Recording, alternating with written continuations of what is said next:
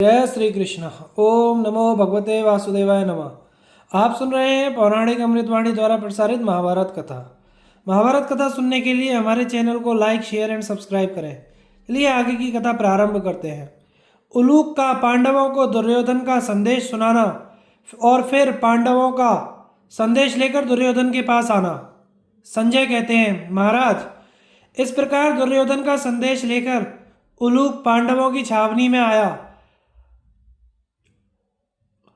और पांडवों से मिलकर राजा युधिष्ठिर से कहने लगा, आप दूत के वचनों से परिचित ही हैं, इसलिए जिस प्रकार मुझसे कहा गया है उसी प्रकार दुर्योधन का संदेश सुनाने पर आप क्रोध न करें। युधिष्ठिर ने कहा, उलूक, तुम्हारे लिए कोई भय की बात नहीं है, तुम बेखटके अदूरदर्शी दुर्योधन का विचार सुनाओ। उलूक ने कहा, राजन, महामना राजा दुर्योधन ने सब कौरवों के सामने आपके लिए जो संदेश कहा है वह सुनिए। उन्होंने कहा है, पांडव, तुम राज्य हरण, वनवास और द्रौपदी के उत्पीड़न की बात याद करके जरा मर्द बन जाओ। भीमसेन ने सामर्थ्य ना होने पर भी जो ऐसी शर्त रखी थी कि मैं दुशासन का रक्त पीऊंगा, सो यदि इनकी ताब हो तो पी लें।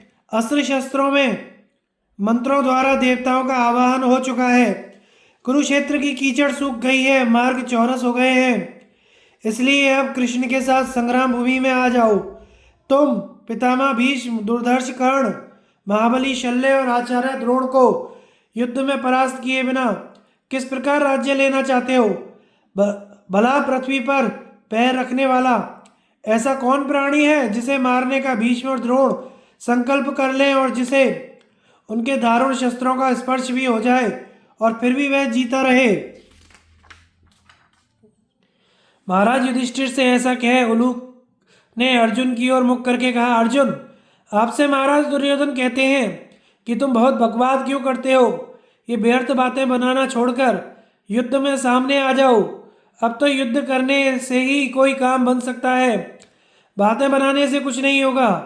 मैं जानता हूँ कि कृष्ण तुम्हारे सहायक हैं और तुम्हारे पास गांडीव धनुष भी है और तुम्हारे समान कोई योद्धा भी नहीं है। यह बात भी मुझसे छिपी नहीं है, किंतु लो, यह सब जानकर भी मैं तुम्हारा राज्य छीन रहा हूँ। पिछले 13 वर्ष तक तुमने तो विलाप किया और मैंने राज्य भोगा है। अब आगे भी तुम्हें और तुम्हारे बंधु बांधवों को मारकर मैं ही राज्य शासन करूँगा। द्यूत क्रीड़ा के समय जब तुम दासत्व में बंध गए थे, उस समय अनंतिता द्रौपदी की कृपा के बिना गदाधारी भीम, गांडीवधारी अर्जुन तो उस दासत्व से अपना छुटकारा भी नहीं करा सके थे। विराटनगर में मेरे कारण ही तुम्हें सिर पर वेणी लटकाकर हिजड़े का रूप बनाकर राजकन्याओं को नचाना पड़ा था। मैं तुम्हारे या कृष्ण के भय से राज्य नहीं दूंगा। अब तुम और कृष्ण दोनों मिलकर हमारे साथ युद्ध करो। जिस समय मेरे अमोघ बाण छूटेंगे उस समय हजारों कृष्ण और सैकड़ों अर्जुन दसों दिशाओं में भागते फिरेंगे। इस प्रकार जब तुम्हारे सभी सगे संबंधी युद्ध में मारे जाएंगे तो तुम्हें बड़ा संताप होगा।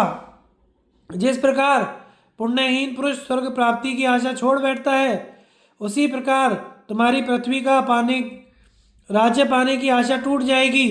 इसलिए तुम शांत हो जाओ। पांडव लोग तो पहले से ही क्रोध में भरे बैठे थे। उलूक की ये बातें सुनकर वे और भी गर्म हो गए और विषधर सर्पों के समान एक दूसरे की ओर देखने लगे। तब श्री कृष्ण ने कुछ मुस्कुराकर उलूक से कहा, उलूक, तुम जल्दी ही दुर्योधन के पास जाओ, उससे कहो कि हमने तुम्हारी बातें सुन ली हैं, तुम्हारा जैसा विचार है वैसा ही होगा। भीमसेन कौरवों के संकेत और भाव को समझकर क्रोध से आग बबूला हो गए और दांत पीसकर उलूक से कहने लगे, मूर्ख दुर्योधन ने तुमसे जो जो बातें कही हैं वे सब हमने सुन ली। अब मैं जो कुछ कहता हूँ सुनो।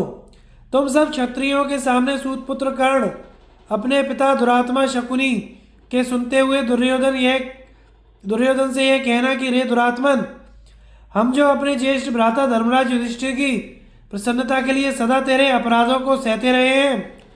मालूम होता है हमारे उन उपकारों का तेरे हृदय में कुछ भी आदर नहीं है। धर्मराज अपने कुल के कल्याण के लिए ही आपस में मेल कराना चाहते थे। इसी से उन्होंने श्री कृष्ण को कौरवों के पास भेजा था किंतु अवश्य ही तेरे सिर पर काल नाच रहा है। इसी से तू यमराज के घर जाना चाहता है। अच्छा तो अब निश्चय कर ले, कल हमारे साथ तेरा संग्राम होगा। मैंने भी तुझे और तेरे भाइयों को मारने की प्रतिज्ञा कर ली है और ऐसा ही होगा। समुद्र भले ही अपनी मर्यादा तोड़ दे और पहाड़ों के भले ही टुकड़े टुकड़े हो जाएं, किंतु मेरा कथन झूठ नहीं होगा। अरे दुर्बुद्धि, साक्षात यम कुबेर रुद्र भी तेरी सहायता करें तो भी पांडव लोग अपनी प्रतिज्ञा पूरी करेंगे। मैं खूब जी भरकर दुशासन का खून पीऊंगा। इस युद्ध में स्वयं भीष्म जी को आगे रखकर भी कोई क्षत्रिय मेरे सामने आवेगा तो उसे तुरंत यमराज के घर भेज दूंगा।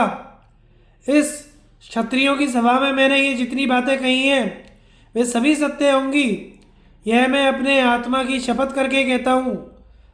भीमसेन की बातें सुनकर सहदेव भी क्रोध में भर गए और इस प्रकार कहने लगे, पापी उलूक, मेरी बात सुनो। तुम अपने पिता से जाकर यह कहना, यदि राजा धृतराष्ट्र से तुम्हारा संबंध ना होता तो हमें यह फूट ही ना पड़ती।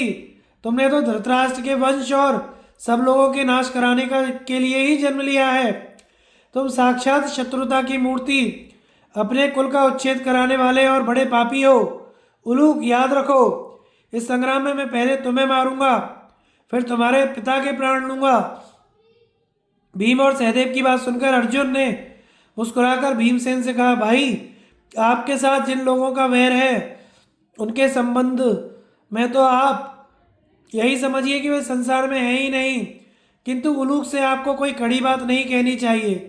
दूत बेचारे क्या अपराध करते हैं, उनसे तो जैसा कहने को कहा जाता है वैसा ही सुना देते हैं। भीमसेन से ऐसा कहकर फिर उन्होंने धृष्टद्युम्न आदि अपने संबंधियों से कहा, आप लोगों ने पापी दुर्योधन की बातें सुन ली। इनमें विशेष रूप से मेरी और श्री कृष्ण की ही निंदा की गई है। इन बातों को सुनकर आप हमारे हित की दृष्टि से रोष में भर गए हैं, किंतु आप लोगों की सहायता और श्री कृष्ण के प्रताप से मैं संपूर्ण क्षत्रिय राजाओं को भी कुछ नहीं समझता। अतः आप सब आज्ञा दें तो मैं उलूक को इन बातों का उत्तर दे दूं, नहीं तो कल अपनी सेना के मुहाने पर गांडीव धनुष से ही इन बकवाद को जवाब दूंगा। बातों में तो नपुंसक लोग ही जवाब दिया करते हैं। अर्जुन की यह बात सुनकर राजा लोग उनकी प्रशंसा करने लगे। फिर महाराज युधिष्ठिर ने उन सबका उनके सम्मान और आयु के अनुसार सत्कार किया और दुर्योधन को संदेश रूप से सुनाने के लिए उलूक से कहा, उलूक, तुम जाओ और शत्रुता की मूर्ति कुल कलंक दुर्योधन से कहो कि भाई, तुम्हारी बड़ी पाप बुद्धि है। अब तुमने हमें युद्ध के लिए आमंत्रित तो कर लिया है, किंतु तुम क्षत्रिय हो, इसलिए हमारे माननीय भीष्म आदि को और स्नेहास्पद लक्ष्मण आदि को आगे रखकर हमसे युद्ध मत करना, बल्कि अपने और अपने सेवकों के पराक्रम के भरोसे ही पांडवों को युद्ध में बुलाना। देखो, पूरा पूरा क्षत्रियत्व निभाना। जो पुरुष दूसरों के पराक्रम का आश्रय लेकर शत्रुओं को संग्राम के लिए बुलाता है और स्वयं उससे लोहा लेने की शक्ति नहीं रखता, उसी को नपुंसक कहते हैं। श्री कृष्ण ने कहा, उलूक, इसके बाद तुम दुर्योधन से मेरा संदेश कहना। अब कल ही तुम रणभूमि में आ जाओ और अपनी मर्दानगी दिखाओ। तुम जो ऐसा समझते हो कि कृष्ण युद्ध नहीं करेगा क्योंकि पांडवों ने इससे अर्जुन का सारथी बनने के लिए कहा है, क्या इसी से तुम्हें मेरा डर नहीं है? सो याद रखो, युद्ध के अंत में कोई भी नहीं बचेगा। आग जैसे घास फूस को जला डालती है, उसी प्रकार अपने क्रोध से मैं सबको भस्म कर दूंगा। इस समय तो महाराज युधिष्ठिर की आज्ञा से मैं युद्ध करते हुए अर्जुन का सारथ्य ही करूंगा। अब कल तो तुम तीनों लोकों में यदि कहीं उड़कर जाना चाहोगे अथवा भूमि के भीतर घुसने का प्रयत्न करोगे तो भी वहीं तुम्हें अर्जुन का रथ दिखाई देगा। और तुम जो भीमसेन की प्रतिज्ञा को मिथ्या समझते हो, सो तुम समझ लो कि दुशासन का खून तो उन्होंने आज ही पी लिया। तुम ऐसी उल्टी उल्टी बातें बनाते हो। महाराज युधिष्ठिर, भीमसेन, अर्जुन और नकुल सहदेव तो तुम्हें कुछ भी नहीं समझते। इसके बाद महायशस्वी अर्जुन श्री कृष्ण की ओर देखकर उलूक से कहने लगे, जो पुरुष अपने पराक्रम के भरोसे शत्रुओं को संग्राम के लिए ललकारता है फिर डटकर उनका मुकाबला करता है, मर्द तो वही है। जाओ, तुम दुर्योधन से कहना कि सब्यसाची अर्जुन ने तुम्हारी चुनौती स्वीकार कर ली है। अब आज रात बीतते ही युद्ध आरंभ हो जाएगा। मैं तुम्हारे सामने सबसे पहले कुरुवृद्ध भीष्म पितामह का ही संहार करूंगा। तुम्हारे अधर्मी भाई दुशासन से भीमसेन ने क्रोध में भरकर सभा में जो बात कही थी उसे भी तुम थोड़े ही दिनों में सत्य हुई देखोगे। दुर्योधन, अभिमान, दर्प, क्रोध, कटुता, निष्ठुरता, अहंकार, क्रूरता, तीक्ष्णता, धर्म विद्वेष, गुरुजनों की बात ना मानने और अधर्म पर तुले रहने का दुष्परिणाम बहुत जल्द ही तुम्हारे सामने आएगा। भीष्म, द्रोण, कर्ण के युद्ध स्थल में काम आते ही तुम अपने जीवन और राज्य और पुत्रों की आशा छोड़ बैठोगे। जब तुमने अपने भाई और पुत्रों की मृत्यु संवाद सुनोगे तो भीमसेन तुम्हें मारने लगेंगे। तभी तुम्हें अपने कुकर्मों की याद आएगी। मैं तुमसे सच सच कहता हूँ, ये बातें सत्य होकर रहेंगी।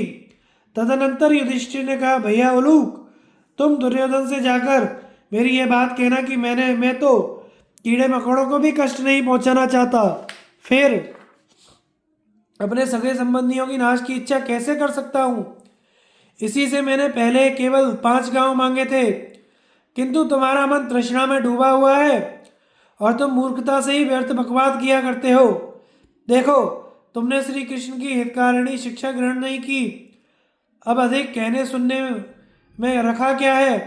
तुम अपने बंधु बांधवों सहित मैदान में आ जाओ। इसके बाद भीमसेन ने कहा, उलूक, दुर्योधन बड़ा ही दुर्बुद्धि, पापी, शठ, क्रूर, कुटिल और दुराचारी है। तो मेरी ओर से कहना कि मैंने सभा के बीच में जो प्रतिज्ञा की थी उसे मैं सत्य की शपथ करके कहता हूँ और अवश्य सत्य करूँगा। मैं रणभूमि में दुशासन को पछाड़कर उसका लहू पीऊँगा तथा तेरी जंघा तोड़ूंगा और तेरे भाइयों को नष्ट कर डालूंगा। सच मान, मैं धृतराष्ट्र के सभी पुत्रों का काल हूँ। एक बात और भी सुन, मैं भाइयों के सहित तुझे मारकर धर्मराज के सामने ही तेरे सिर पर पैर रखूंगा। फिर नकुल ने कहा, उलूक, तुम धृतराष्ट्र के पुत्र दुर्योधन से कहना, मैंने तुम्हारी सब बातें अच्छी तरह सुन ली। तुम मुझे जैसा करने के लिए कह रहे हो मैं वैसा ही करूंगा। सहदेव बोले, दुर्योधन, तुम्हारा जो विचार है वह सब व्यथा हो जाएगा और महाराज धृतराष्ट्र को तुम्हारे लिए शोक करना पड़ेगा। इसके पश्चात शिखंडी ने कहा, निस्संदेह विधाता ने मुझे पितामह भीष्म के वध के लिए ही उत्पन्न किया है, इसलिए मैं सब धनुर्धरों के देखते देखते उन्हें धराशायी कर दूंगा। फिर धृष्टद्युम्न ने भी कहा,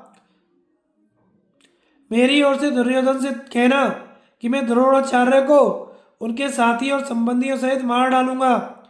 अंत में महाराज युधिष्ठिर ने करुणावश फिर से कहा, मैं तो किसी प्रकार भी अपने कुटुंबियों का वध नहीं कराना चाहता। यह सब नौबत तो तुम्हारे ही दोष से आई है। और उलूक, अब तुम जाओ, यह यहाँ रहने की इच्छा हो तो यहीं रहो, हम भी तुम्हारे संबंधी ही हैं। तब उलूक महाराज युधिष्ठिर की आज्ञा पा राजा युधिष्ठिर दुर्योधन के पास आया और उसे अर्जुन का संदेश ज्यों का त्यों सुना दिया। श्री कृष्ण, भीमसेन और धर्मराज युधिष्ठिर के पुरुषार्थ का वर्णन कर नकुल, विराट, द्रुपद, सहदेव, धृष्टद्युम्न, शिखंडी और श्री कृष्ण तथा अर्जुन ने जो जो बातें कही थी वे सब उसी प्रकार सुना दी। उलूक की बातें सुनकर राजा दुर्योधन ने दुशासन, कर्ण और शकुनी से कहा कि सब राजाओं को तथा अपनी और अपने मित्रों की सेना को आज्ञा दे दो कि कल सूर्योदय होने से पहले ही सब सेनापति तैयार हो जाएं। तब कर्ण की आज्ञा से दूतों ने संपूर्ण सेना और राजाओं को दुर्योधन का यह आदेश सुना दिया। इधर उलूक की बातें सुनकर कुंती नंदन युधिष्ठिर ने भी धृष्टद्युम्न के नेतृत्व में अपनी चतुरंगिणी सेना का कूच करा दिया। महारथी भीम और अर्जुन आदि सब ओर से उसकी देखभाल करते चलते थे। उसके आगे महान धनुर्धर धृष्टद्युम्न थे। उन्होंने जिस वीर का जैसा बल और जैसा उत्साह था उसे उसी कोटि के प्रतिपक्षी से युद्ध करने की आज्ञा दी। अर्जुन को कर्ण के साथ, भीमसेन को दुर्योधन के साथ, धृष्टकेतु को शल्य के साथ, उत्तमौजा को कृपाचार्य के साथ, नकुल को अश्वत्थामा के साथ, शैब्य को कृतवर्मा के साथ, सात्यकी को जयद्रथ के साथ और शिखंडी को भीष्म के साथ युद्ध करने के लिए नियुक्त किया। इसी प्रकार सहदेव को शकुनी से, चेकितान को शल से, द्रौपदी के 5 पुत्रों को त्रिगर्त वीरों से और अभिमन्यु को वृषसेन तथा अन्य राजाओं से भिड़ने का आदेश दिया, क्योंकि वे उस संग्राम में अर्जुन की अपेक्षा से भी अधिक शक्तिशाली समझते थे। इस प्रकार सब योद्धाओं का विभाग कर उन्होंने अपने भाग में द्रोणाचार्य को रखा और फिर पांडवों की विजय के लिए रणांगन में सुसज्जित होकर खड़े हो गए। दुर्योधन का भीष्म जी के मुख से अपनी सेना के रथी और अतिरथियों का विवरण सुनना। राजा धृतराष्ट्र ने पूछा, संजय, जब अर्जुन ने रणभूमि में भीष्म का वध करने की प्रतिज्ञा की तो मेरे मूर्ख पुत्र दुर्योधन आदि ने क्या किया? मुझे तो अब ऐसा जान पड़ता है मानो श्री कृष्ण के साथी अर्जुन ने संग्राम में हमारे काका भीष्म जी को मार ही डाला है। इसके सिवा यह भी सुनाओ कि महापराक्रमी भीष्म जी ने प्रधान सेनापति का पद पाकर फिर क्या किया? संजय कहने लगे, महाराज, सेना अध्यक्ष का पद पाकर शांतनु नंदन भीष्म जी ने दुर्योधन की प्रसन्नता को बढ़ाते हुए कहा, मैं शक्तिपाणी भगवान स्वामी कार्तिकेय को नमस्कार कर आज तुम्हारा सेनापति बनता हूँ। अब इसमें तुम किसी प्रकार का संदेह ना करना। मैं सेना संबंधी कार्यों और तरह तरह की व्यूह रचनाओं में कुशल हूँ। मुझे देवता, गंधर्व और मनुष्य तीनों ही व्यूह रचना का ज्ञान है। अब तुम सब प्रकार की मानसिक चिंता छोड़ दो। मैं शास्त्रानुसार तुम्हारी सेना की यथोचित रक्षा करते हुए निष्कपट भाव से पांडवों के साथ युद्ध करूंगा। दुर्योधन ने कहा, पितामह, भय तो मुझे देवता और असुरों से युद्ध करने में भी नहीं लगता। फिर जब आप सेनापति हो और पुरुष सिंह आचार्य द्रोण हमारी रक्षा के लिए खड़े हों, तब तो कहना ही क्या। आप अपने और विपक्षियों की सभी रथी और अतिरथियों को अच्छी तरह जानते हैं। अतः मैं और ये सब राजा लोग आपके मुख से यही सुनना चाहते हैं। भीष्म जी ने कहा, राजन, तुम्हारी सेना में जितने रथी और महारथी हैं उनका विवरण सुनो। तुम्हारे पक्ष में करोड़ों और अरबों रथी हैं, उनमें जो प्रधान हैं उनके नाम सुनो। सबसे पहले तो दुशासन आदि अपने 100 भाइयों के साथ तुम ही बड़े रथी हो। तुम सभी छेदन वेदन में कुशल, गदा, प्रास तथा ढाल तलवार के युद्ध में पारंगत हो। मैं तुम्हारा प्रधान सेनापति हूँ। मेरी कोई बात तुमसे छिपी नहीं है। अपने मुंह से अपने गुणों का वर्णन करूं, यह उचित नहीं समझता। शस्त्रधारियों में श्रेष्ठ कृतवर्मा भी तुम्हारी सेना में एक अतिरथी है। महान धनुर्धर मद्रराज शल्य को भी मैं अतिरथी मानता हूँ। ये अपने भांजे नकुल और सहदेव को छोड़कर शेष सब पांडवों से युद्ध करेंगे। रथ युद्धपतियों के अधिपति भूरिश्रवा भी शत्रुओं की सेना का बड़ा भीषण संहार करेंगे। सिंधुराज जयद्रथ को मैं 2 रथियों के बराबर समझता हूँ। ये अपने दुस्तेज्य प्राणों की भी बाजी लगाकर पांडवों के साथ संग्राम करेंगे। कंबोज नरेश सुदक्षिण भी एक रथी के बराबर हैं। महिष्मतिपुरी का राजा नील भी रथी कहा जा सकता है। इसका पहले से ही सहदेव से वैर बंधा हुआ है, इसलिए तुम्हारे लिए पांडवों के साथ बराबर युद्ध करता रहेगा। अवंती नरेश बिंद और अनुबिंद भी बड़े अच्छे रथी माने जाते हैं। ये दोनों युद्ध के बड़े प्रेमी हैं, इसलिए ये शत्रु सेना में खेल सा करते हुए काल के समान विचरेंगे। मेरे विचार से त्रिगर्त देश के 5 भाई भी बहुत अच्छे रथी हैं।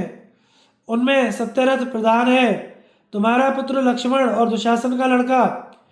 ये दोनों यद्यपि तरुण अवस्था के और सुकुमार हैं, तो भी मैं इन्हें अच्छा रथी समझता हूँ। राजा दंडधार भी एक रथी है और अपनी सेना के साथ वह संग्राम में अच्छा हाथ दिखाएगा। मेरे विचार से बृहद्बल और कौशल्य भी अच्छे रथी हैं। कृपाचार्य तो रथ युद्धपतियों के अध्यक्ष ही हैं। वे अपने प्यारे प्राणों की बाजी लगाकर भी तुम्हारे शत्रुओं का संहार करेंगे। ये साक्षात स्वामी कार्तिकेय के समान अजय हैं। तुम्हारे मामा शकुनी भी एक रथी हैं। इन्होंने पांडवों से वैर ठाना है, इसलिए निस्संदेह उनसे घनघोर युद्ध करेंगे। द्रोणाचार्य के पुत्र अश्वत्थामा तो बहुत बड़े महारथी हैं। किंतु इन्हें अपने प्राण बहुत प्यारे हैं। यदि इनमें यह दोष न होता तो इनके समान योद्धा दोनों पक्षों की सेना में कोई नहीं था। इनके पिता द्रोणाचार्य बूढ़े होने पर भी जवानों से अच्छे हैं। वे संग्राम में बहुत बड़ा काम करेंगे, इसमें मुझे संदेह नहीं। किंतु अर्जुन पर इनका बड़ा स्नेह है, इसलिए अपने आचार्यत्व की ओर देखकर ये उसे कभी नहीं मारेंगे, क्योंकि उसे तो ये पुत्र से भी बढ़कर समझते हैं। यूँ तो संपूर्ण देवता, गंधर्व और मनुष्य मिलकर भी इनके सामने आवें तो ये अकेले ही रथ पर सवार होकर अपने दिव्य अस्त्रों से उन्हें तहस नहस कर सकते हैं। इनके सिवा महाराज पौरव को भी मैं महारथी समझता हूँ। ये पांचाल वीरों का संहार करेंगे। राजपुत्र बृहद्वाल भी एक सच्चा रथी है, वह काल के समान तुम्हारे शत्रुओं की सेना में घूमेगा। मेरे विचार से मधुवंशी राजा जलसंध भी रथी है, अपनी सेना सहित वह भी प्राणों का मोह त्याग कर युद्ध करेगा। महाराज बालीक तो अतिरथी हैं, उन्हें मैं संग्राम में साक्षात यमराज के समान समझता हूँ। एक बार वे युद्ध में आकर फिर पीछे कदम नहीं रखते। सेनापति सत्यवान भी एक महारथी हैं, उनके हाथ से बड़े अद्भुत कर्म होंगे। राक्षस राज अलम्बुश तो महारथी है ही। ये सारी राक्षस सेना में सर्वोत्तम रथी और मायावी हैं, तथा पांडवों से इसकी कट्टर शत्रुता है। प्राग ज्योतिषपुर के राजा भगदत्त बड़े ही वीर और प्रतापी हैं। वे हाथी पर चढ़कर युद्ध करने वालों में श्रेष्ठ हैं और रथ युद्ध में भी कुशल हैं। इनके सिवा गांधारों में श्रेष्ठ अचल और वृषक, ये दो भाई भी अच्छे रथी हैं। ये दोनों मिलकर शत्रुओं का संहार करेंगे। यह कर्ण जो तुम्हारा प्यारा मित्र, सलाहकार और नेता है और तथा तुम्हें सर्वदा ही पांडवों से झगड़ा करने के लिए उभारा करता है, बड़ा ही अभिमानी, बकवादी और नीच प्रकृति का है। वह ना तो रथी है ना ही अतिरथी है, इसे तो मैं अर्धरथी ही समझता हूँ। यदि यह एक बार अर्जुन के सामने चला गया तो उसके हाथ से जीता बचकर नहीं लौटेगा। इसी समय द्रोणाचार्य भी कहने लगे, भीष्म जी ठीक है, आप जैसा कह रहे हैं वैसी ही बात है। आपका कथन कभी मिथ्या नहीं हो सकता।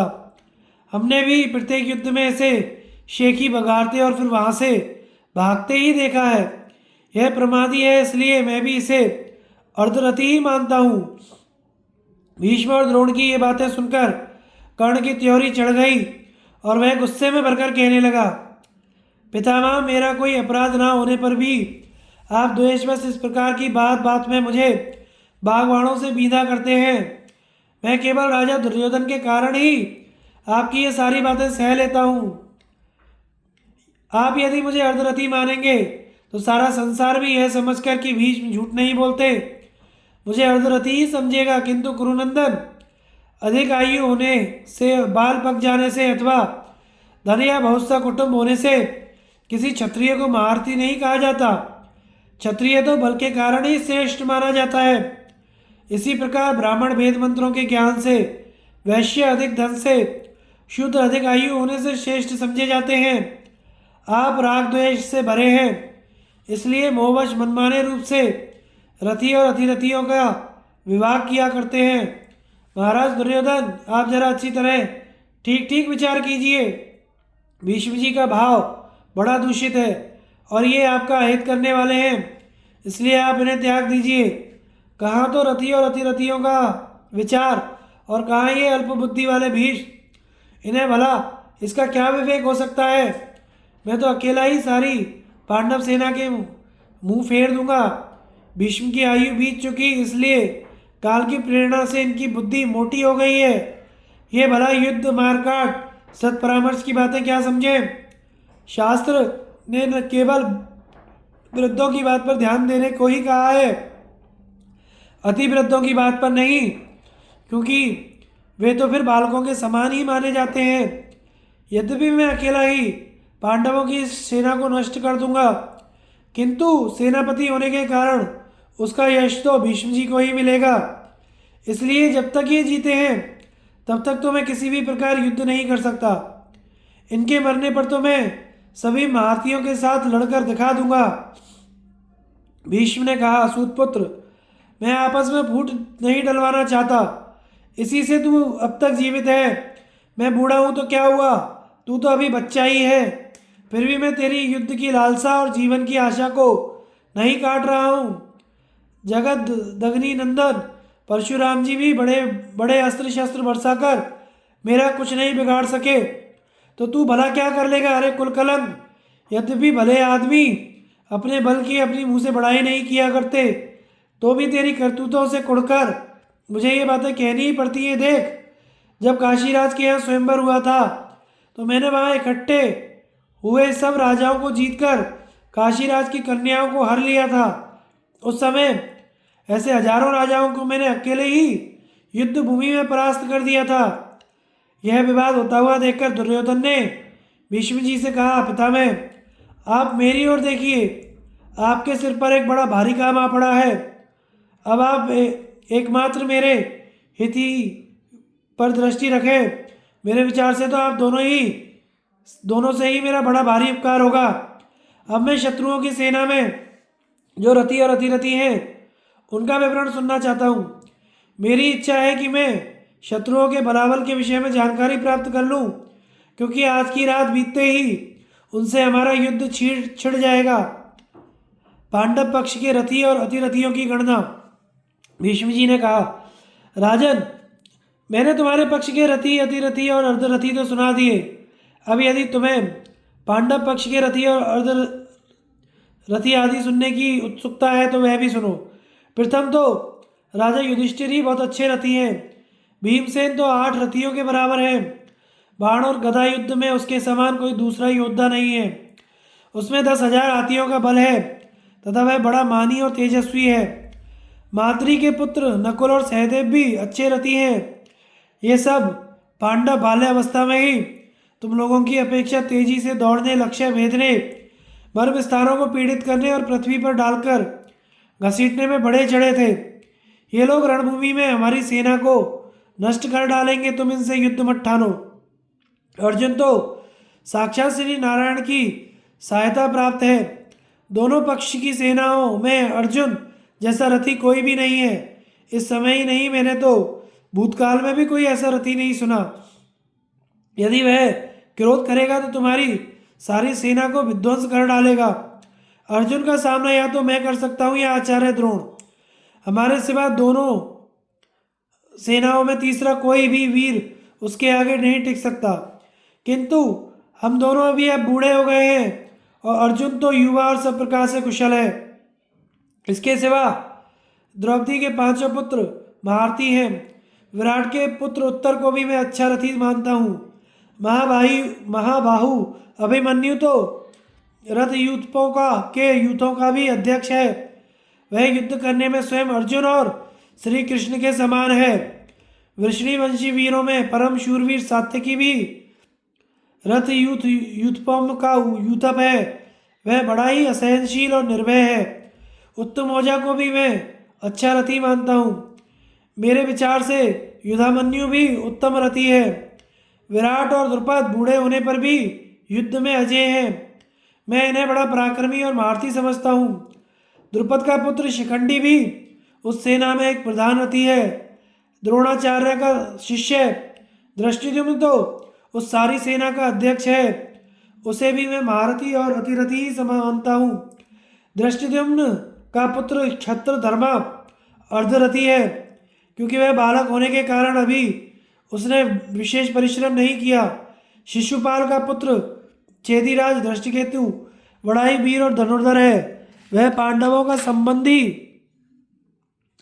महारथी है।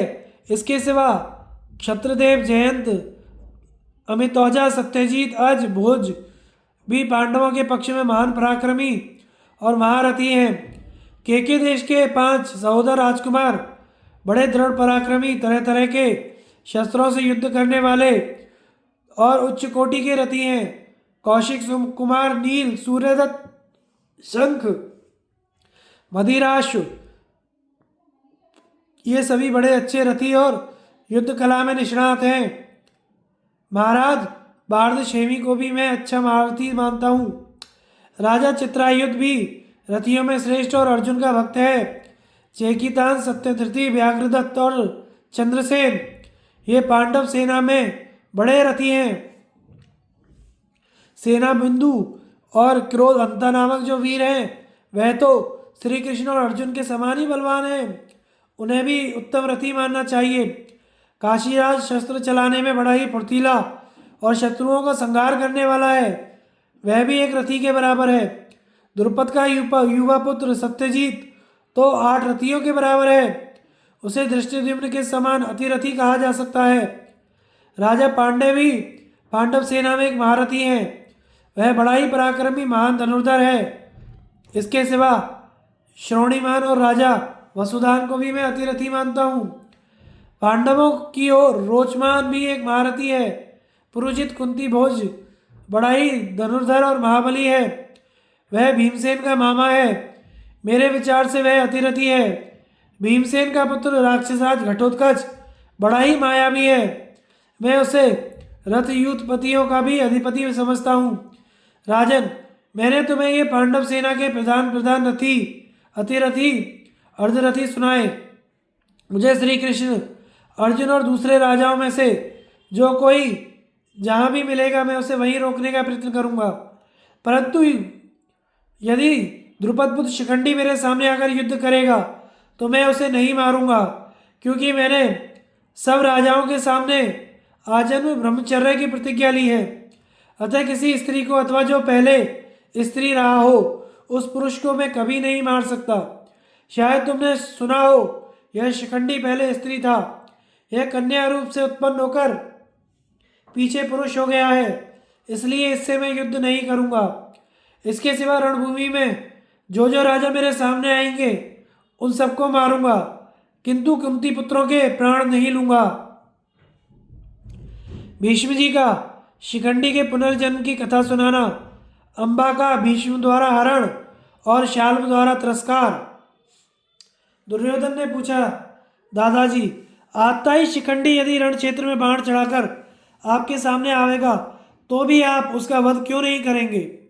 भीष्म जी बोले, दुर्योधन, शिखंडी को रणभूमि में अपने सामने देखकर भी मैं जो नहीं मारूंगा उसका कारण सुनो। जब मेरे जगत दुख्यात पिता शांतनु जी स्वर्गवासी हुए तो मैंने अपनी प्रतिज्ञा का पालन करते हुए चित्रांगद को राज सिंहासन पर अभिषिक्त किया। जब उसकी भी मृत्यु हो गई तो माता सत्यवती की सलाह से मैंने विचित्र वीर्य को राजा बनाया।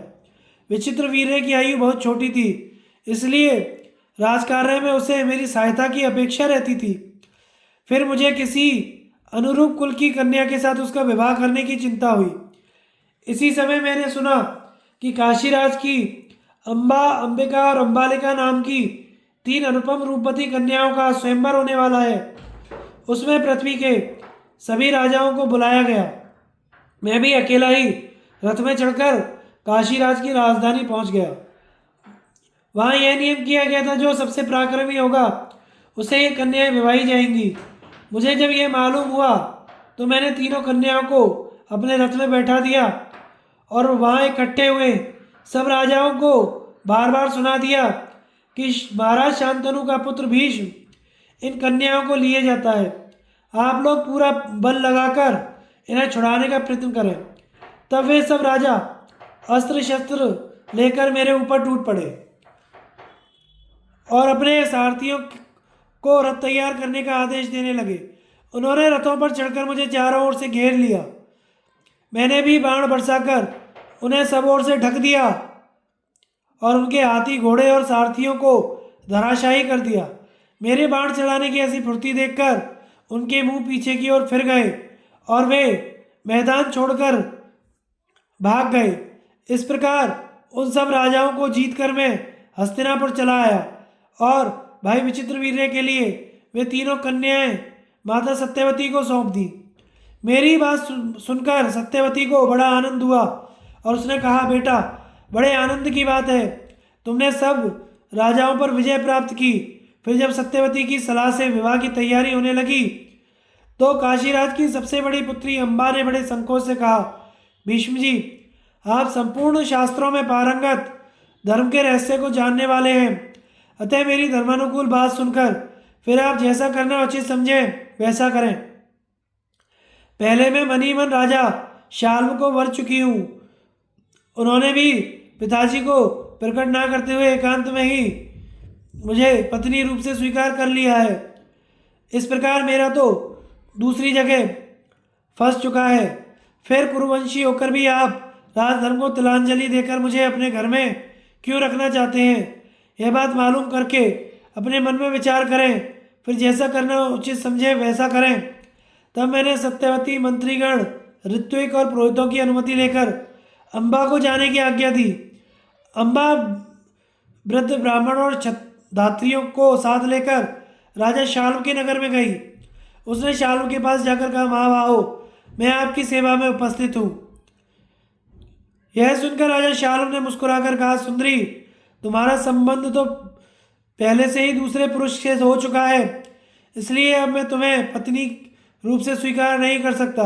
अब तुम भीष्म के पास वापस चली जाओ। भीष्म तुम्हें बलात् धरकर ले गया था, इसलिए मैं तुम्हें ग्रहण नहीं करना चाहता। मैं तो दूसरों को धर्म का उपदेश करता हूँ और मुझे सब बातों का पता भी है। फिर पहले दूसरे के साथ संबंध हो जाने पर भी मैं तुम्हें कैसे रख सकता हूँ? अतएव तुम्हारी जहाँ इच्छा हो वहाँ चली जाओ। अम्बा ने कहा, शत्रुदमन, भीष्म जी मेरी प्रसन्नता से मुझे नहीं ले गए थे। मैं तो उस समय विलाप कर रही थी। वे बलात् सब राजाओं को हराकर मुझे ले गए। शाल्वराज, मैं तो निरपराध और आपकी दासी हूँ। आप मुझे स्वीकार कीजिए। अपनी सेविका को त्यागना धर्मशास्त्रों में अच्छा नहीं कहा गया है। मैं भीष्म से आज्ञा लेकर तुरंत ही यहाँ आ गई हूँ। भीष्म को भी मेरी अभिलाषा नहीं थी। उन्होंने तो अपने भाई के लिए ही यह काम किया था। मेरी छोटी बहन अंबिका और अंबालिका का विवाह उन्होंने अपने छोटे भाई विचित्रवीर्य से ही किया है। मैं तो आपके सिवा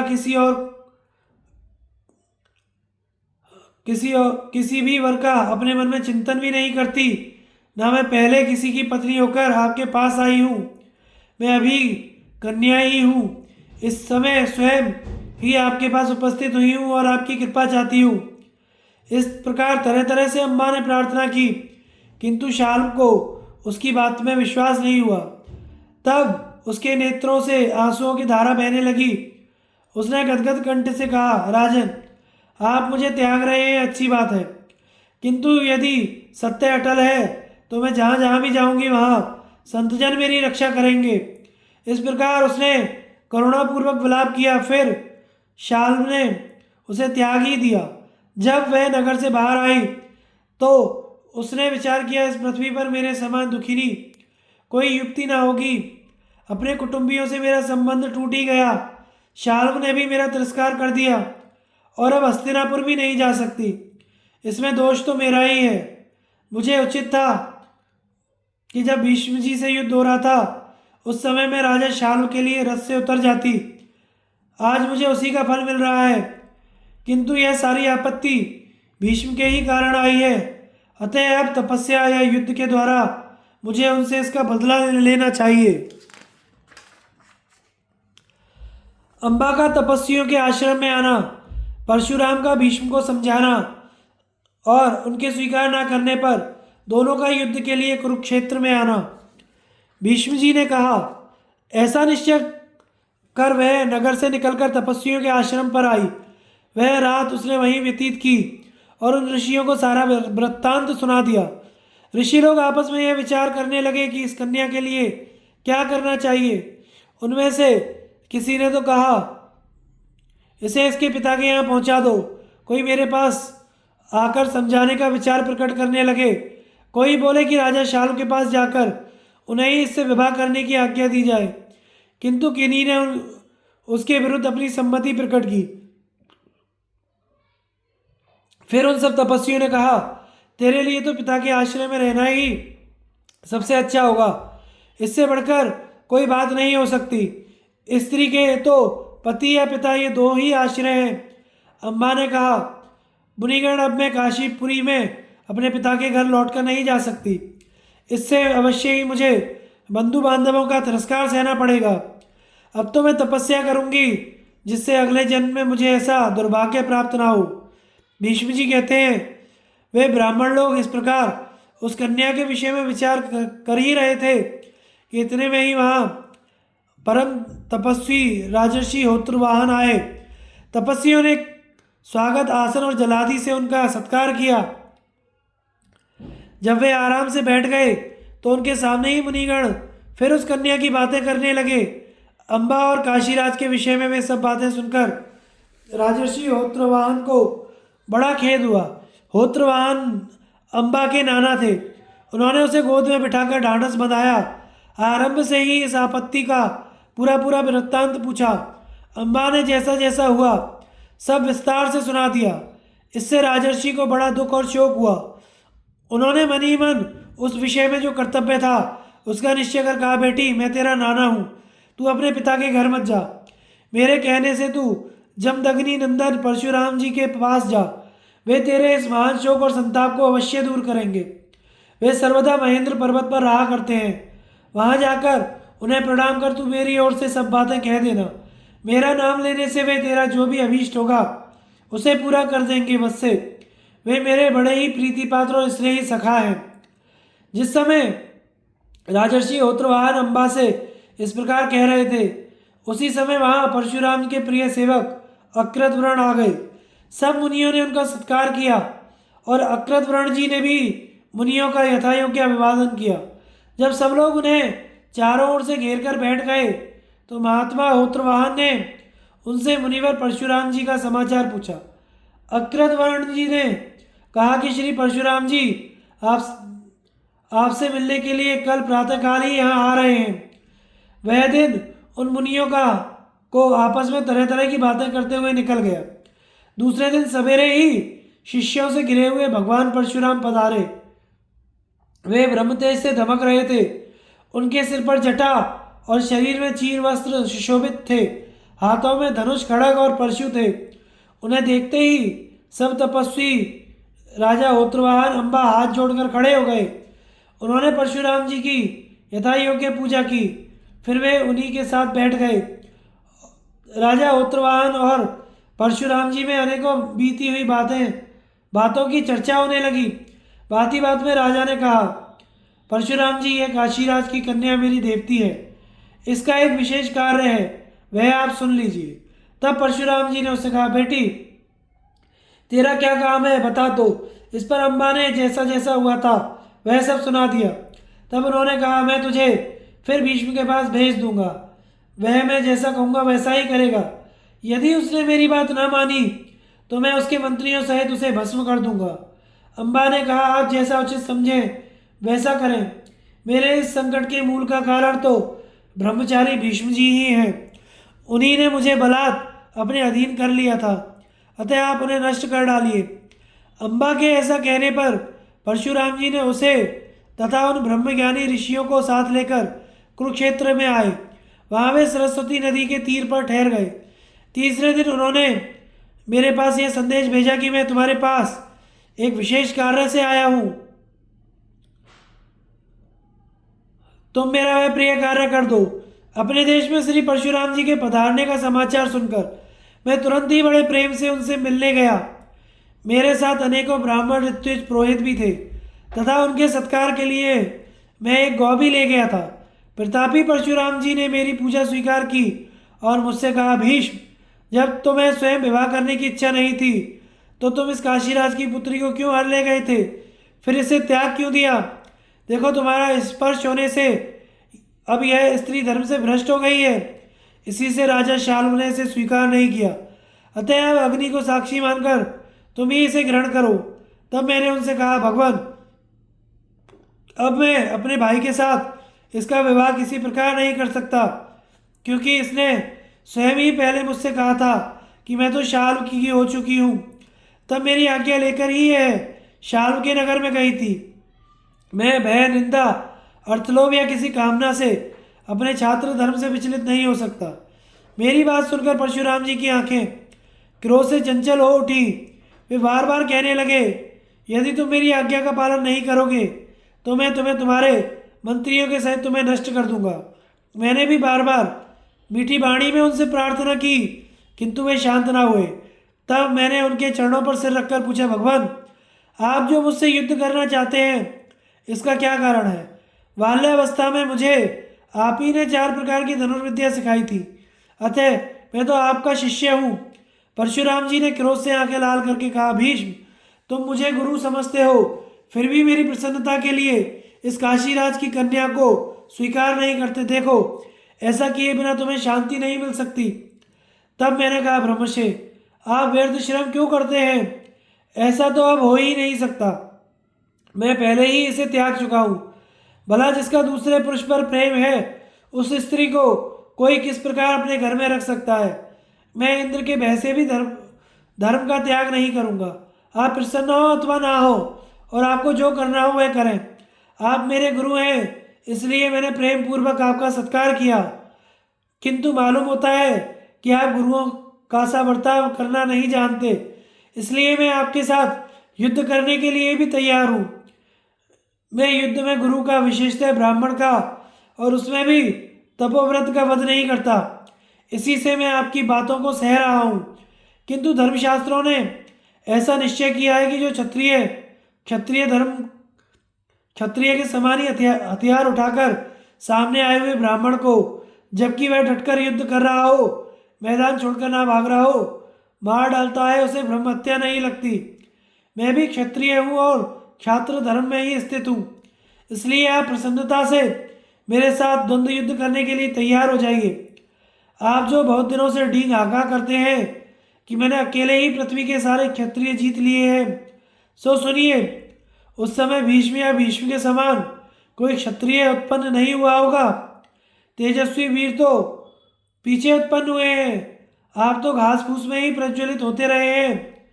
जो आपके युद्धाभिमान और युद्ध लिप्सा को अच्छी तरह नष्ट कर सकता है, उस भीष्म का जन्म तो अब हुआ है।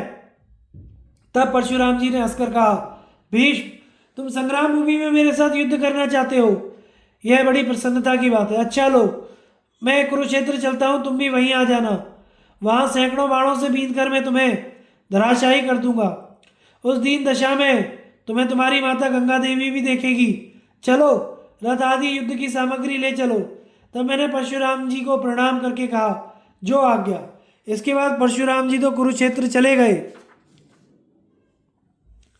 और मैंने हस्तिनापुर में आकर सब बातें माता सत्यवती से कही। माता ने मुझे आशीर्वाद दिया और मैं ब्राह्मणों से पुण्यवाचन एवं स्वस्तिवाचन करा हस्तिनापुर से निकलकर कुरुक्षेत्र की ओर चल दिया। उस समय ब्राह्मण लोग जय हो जय हो इस प्रकार आशीर्वाद देते हुए मेरी स्तुति कर रहे थे। कुरुक्षेत्र पहुंचकर हम दोनों युद्ध के लिए पराक्रम करने लगे। मैंने परशुराम जी के सामने खड़े होकर अपना श्रेष्ठ शंख बजाया। उस समय ब्राह्मण, वनवासी, तपस्वी और इंद्र के सहित सब देवता वहां आकर वह दिव्य युद्ध देखने लगे। बीच बीच में दिव्य पुष्पों की वर्षा भी होने लगी। जहाँ तहाँ दिव्य बाजे बजने लगे और मेघों का शब्द होने लगा। परशुराम जी के साथ जो तपस्वी आए थे, वे भी युद्ध भूमि को घेर कर उसके दर्शक बन गए। इसी समय समस्त भूतों का हित चाहने वाली माता गंगा मूर्तिमती होकर मेरे पास आई और कहने लगी, बेटा, यह तुमने क्या करने का विचार किया है? मैं अभी जाकर परशुराम जी के पास जाकर प्रार्थना करती हूँ कि भीष्म तो आपका शिष्य है, उसके साथ आप युद्ध ना करें। तुम तो परशुराम के साथ युद्ध करने का हठ मत करो। तुम्हें यह मालूम नहीं कि वे क्षत्रियों का नाश करने वाले और साक्षात महादेव जी के समान शक्तिशाली हैं, जो इस प्रकार उनसे युद्ध में लोहा लेने के लिए तैयार हो गए हो। तब मैंने दोनों हाथ जोड़कर माता को प्रणाम किया और परशुराम जी से मैंने जो कुछ कहा वह सब सुना दिया। इसके साथ ही अम्बा की जो करतूत थी वह भी सुना दी। तब माता गंगा जी परशुराम जी के पास गई और उनसे क्षमा मांगती हुई कहने लगी, मुने, आप अपने शिष्य भीष्म के साथ युद्ध ना करें। परशुराम जी ने कहा, तुम भीष्म को ही रोको, वह मेरी एक बात भी नहीं मानता, इसी से मैं युद्ध करने के लिए आया हूं। मैंने उनकी बात स्वीकार नहीं की। तब गंगा जी पुत्र स्नेह के कारण मेरे पास आई, किंतु मैंने उनकी बात स्वीकार नहीं की। इतने में ही महातपस्वी परशुराम जी रणभूमि में दिखाई दिए और उन्होंने युद्ध के लिए मुझे ललकारा। भीष्म और परशुराम का युद्ध और उसकी समाप्ति। भीष्म जी कहते हैं, राजन, तब मैंने रणभूमि में खड़े हुए परशुराम जी से कहा, मुने, आप पृथ्वी पर खड़े हैं, इसलिए मैं रथ पर चढ़कर आपके साथ युद्ध नहीं कर सकता। यदि आप मेरे साथ युद्ध करना चाहते हैं तो रथ पर चढ़ जाइए और कवच धारण कीजिए। परशुराम जी ने मुस्कुराकर कहा, भीष्म, पृथ्वी ही मेरा रथ है, वेद घोड़े हैं, वायु सारथी है और वेद माता गायत्री, सावित्री एवं सरस्वती कवच हैं। उनके द्वारा अपने शरीर को सुरक्षित करके ही मैं युद्ध करूंगा। ऐसा कहकर परशुराम जी ने भीषण बाण वर्षा करके मुझे सब ओर से ढक दिया। इसी समय मैंने देखा कि वे रथ पर चढ़े हुए हैं। उसे उन्होंने मन से ही प्रकट किया था। वह बड़ा ही विचित्र और नगर के समान विशाल था। उसमें सब प्रकार के उत्तम उत्तम अस्त्र शस्त्र रखे हुए थे। दिव्य घोड़े जुते हुए थे। उनके शरीर पर सूर्य और चंद्रमा के चिन्हों से सुशोभित कवच था। हाथ में धनुष सुशोभित था और पीठ पर तरकस बंधा हुआ था। उनके सारथी का काम उनका प्रिय सखा अक्रदव्रण कर रहा था। वे मुझे हर्षित करते हुए युद्ध के लिए पुकार रहे थे। इतने में ही उन्होंने मेरे ऊपर 3 बाण छोड़े। मैंने उसी समय घोड़ों को रुकवा दिया और धनुष को नीचे रखकर रथ से उतरकर पैदल ही उनके पास गया और उनका सत्कार करने के लिए विधिवत प्रणाम करके कहा, मुनिवर, आप मेरे गुरु हैं, अब मुझे आपके साथ युद्ध करना होगा, अतः ऐसा आशीर्वाद दीजिए कि मेरी विजय हो। तब परशुराम जी ने कहा, कुरुश्रेष्ठ, सफलता चाहने वाले पुरुषों को ऐसा ही करना चाहिए। अपने से बड़ों के साथ युद्ध करने वालों का यही धर्म है। यदि तुम इस प्रकार ना आते तो मैं तुम्हें शाप दे देता। अब तुम सावधानी से युद्ध करो। मैं तुम्हें जय का आशीर्वाद तो नहीं दूंगा, क्योंकि यहाँ तुम्हें जीतने ही आया हूँ।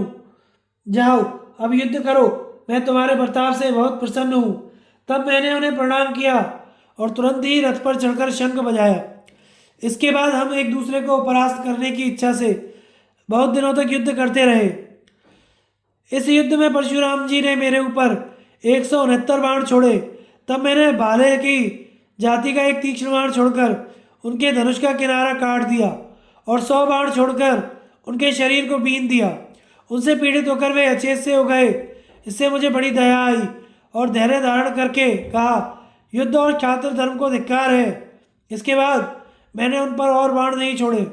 इतने में ही दिन ढलने पर सूर्यदेव पृथ्वी को संतप्त करके अस्ताचल की ओर चले गए और हमारा युद्ध बंद हो गया। दूसरे दिन सूर्योदय होने पर युद्ध फिर आरंभ हुआ। प्रतापी परशुराम जी ने मेरे ऊपर दिव्य अस्त्र छोड़े, किंतु मैंने अपने साधारण अस्त्रों से ही उन्हें रोक दिया। फिर मैंने परशुराम जी पर वायवास्त्र छोड़ा, पर उन्होंने गुह्यकास्त्र से उसे काट दिया।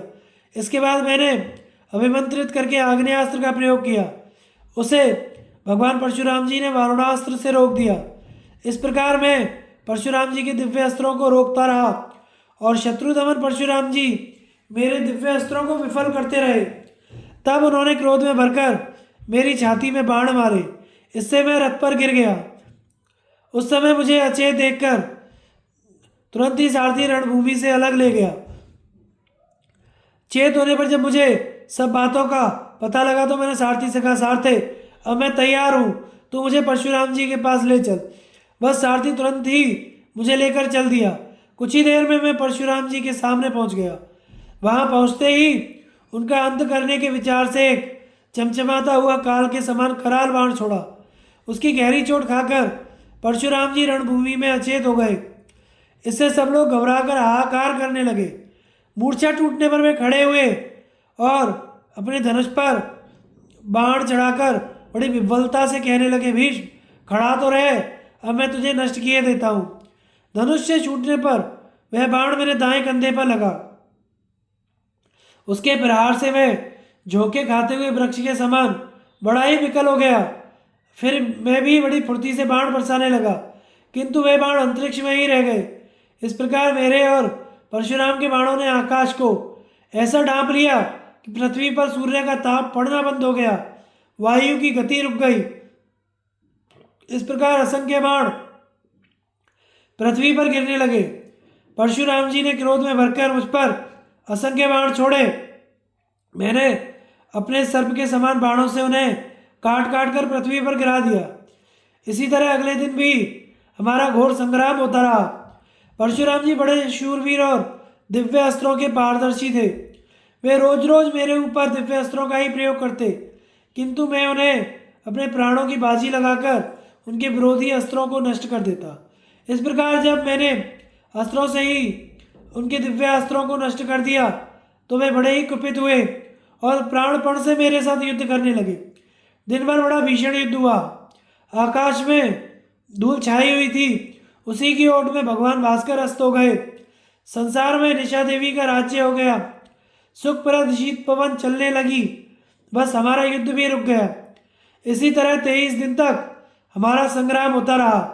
रोज सवेरे युद्ध आरंभ होता और सायंकाल होने पर रुक जाता।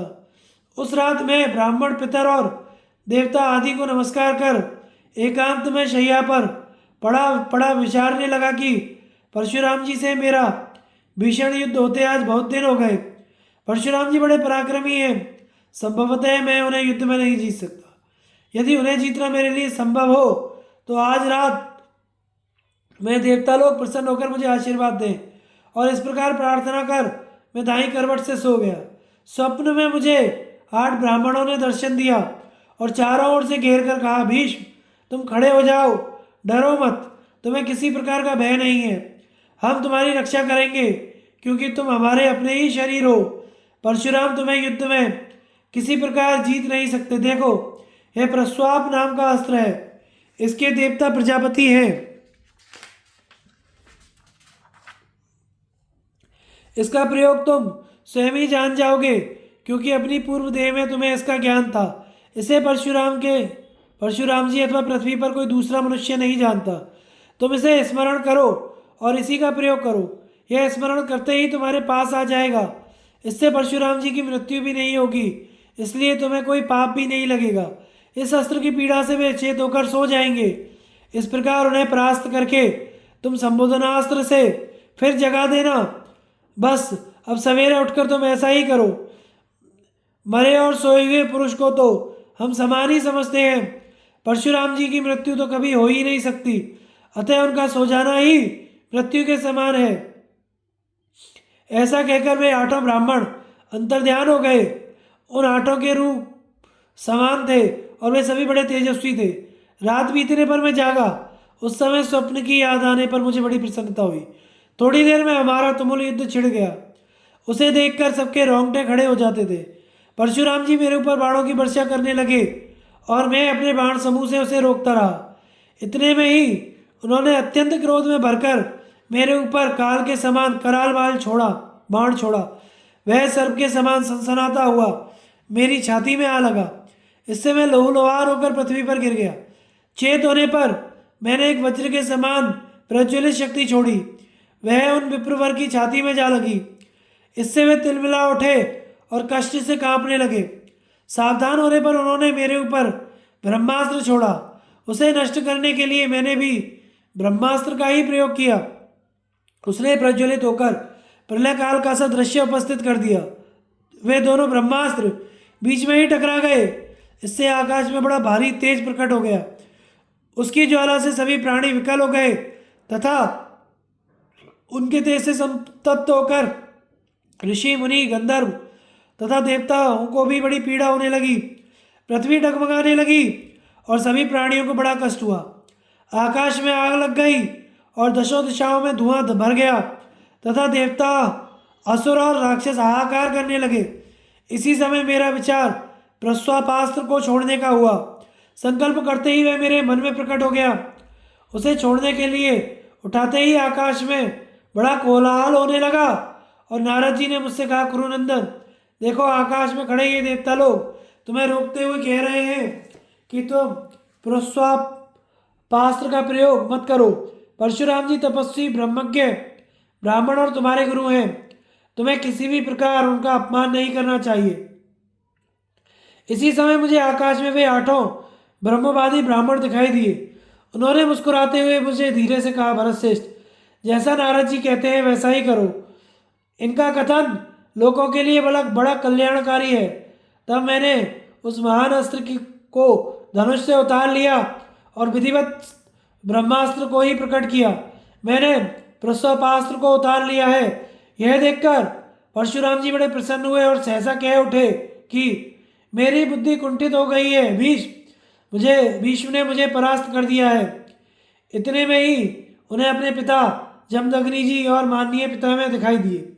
वे कहने लगे, भाई ऐसा साहस फिर कभी मत करना। युद्ध करना क्षत्रियों का तो कुल धर्म है। ब्राह्मणों का परम धन तो स्वाध्याय और ब्रह्मचर्या ही है। भीष्म के साथ इतना युद्ध करना ही बहुत है। अधिक हट करने से तुम्हें नीचा देखना पड़ेगा। इसलिए अब तुम रणभूमि से हट जाओ। इस धनुष को त्याग कर घोर तपस्या करो। देखो, इस समय भीष्म को भी देवताओं ने ही रोक दिया है। फिर उन्होंने बार बार मुझसे कहा, परशुराम तुम हमारे गुरु हैं, तुम उनके साथ युद्ध मत करो। संग्राम में परशुराम को परास्त करना तुम्हारे लिए उचित नहीं है। पितरों की आवाज सुनकर परशुराम जी ने कहा, मेरा यह नियम है कि मैं युद्ध से पीछे पैर नहीं रख सकता। पहले भी मैंने कभी संग्राम में पीठ नहीं दिखाई। हाँ, यदि भीष्म की इच्छा हो वे भले ही युद्ध का मैदान छोड़ दे। दुर्योधन तब वे ऋषि आदि मुनिगण नारद जी के साथ मेरे पास आए और कहने लगे, तात तुम ब्राह्मण परशुराम का मान रखो और युद्ध बंद कर दो।